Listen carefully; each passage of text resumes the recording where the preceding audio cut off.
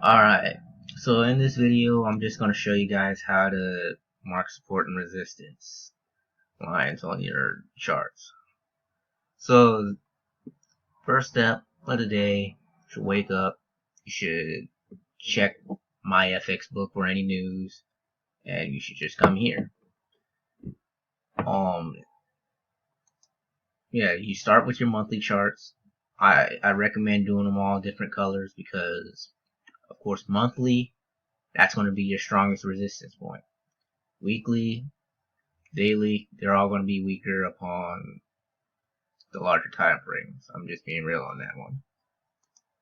But you only really want to just do monthly, weekly, daily, because the rest are honestly irrelevant. I mean, there's still support and resistance in these areas, but you really want to focus on the larger time frames because we're looking for longer term setups while we're doing our shorts. So you're typically want to look for where it's touched multiple times. Like right here, it's touched it about almost 3 times. I am just going to make this one red. Yeah, start here red. It's touched it multiple times. With candlesticks, that's pretty much how I do it. 1, 2.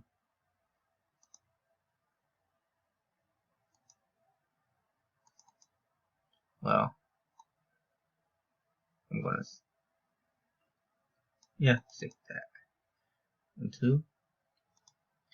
And I'll say it is easier to do it with the line chart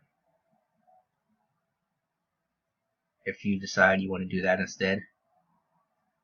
So let's see. I'm just going to test that one out. Nope, that's not the one we want. You can just drag it down and test areas if you want to, but nope, that's not what we want. No, we want it to be as accurate as possible,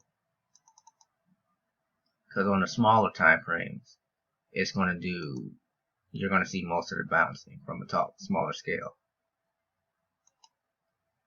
So yeah, it's bounced right here. It's touched it plenty of times. You're gonna want that one too. 1, 2.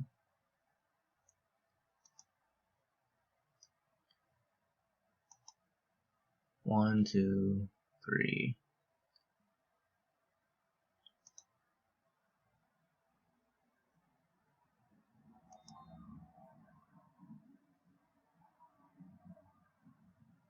Let's get that out the way. And I'm going to be honest, you really don't have to mark your entire chart. You could just focus on just the general area if you want to, of where you are. But it's totally up to you what you actually do.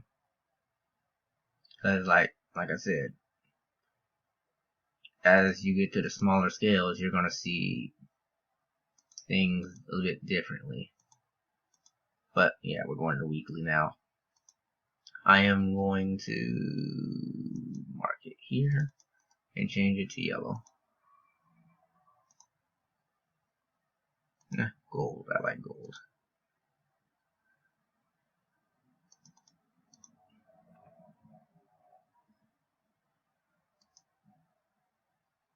Yeah, touched it here, touched it here.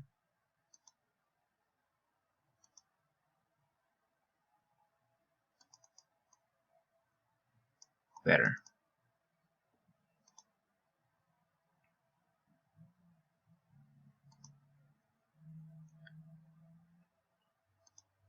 I think you guys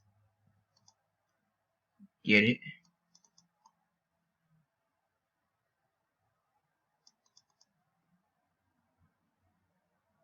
I mean, simple. All you really are doing is just finding where it touches.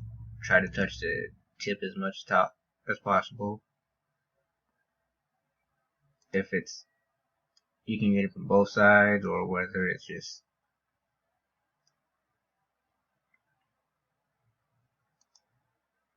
yeah, there it is. Daily. We'll go to,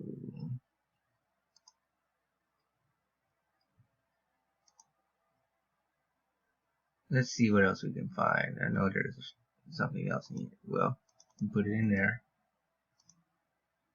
I'm going to change it to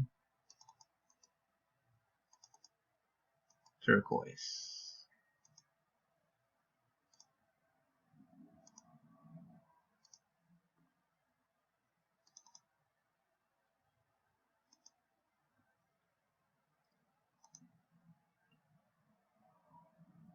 And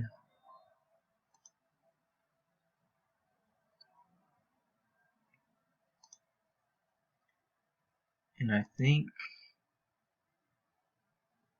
let me zoom in a little bit. No, don't need that one. Whoops. No, didn't mean to. Well, doesn't matter. Okay.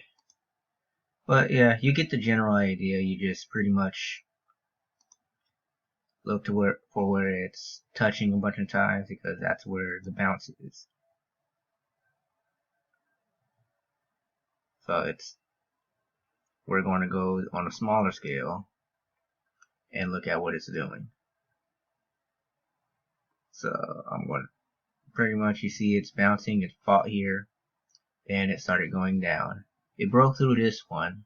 It's not always going to be a smooth ride, but yeah, it fights here and then goes right back up. Then I guess there's some resistance here, and it went down. Like I said, there's resistance in smaller areas as well, or maybe I missed a little something, but I'm not gonna say I'm perfect, but yeah, it's respecting the zones. And I'll put it back with the little color. It's respecting the zones. So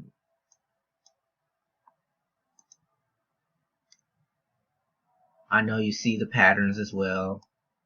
Triple tops, triple bottoms, etc. Right here, I'm getting the buy signal. And look what it's trying to do.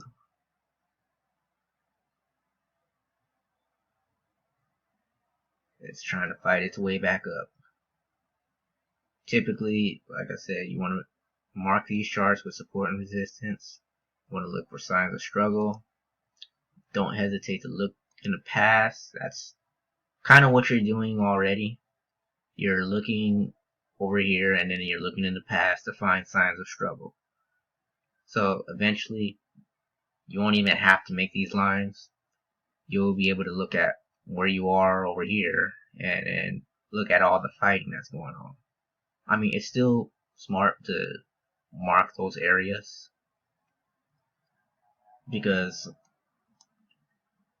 you can't always look all the way back yonder, but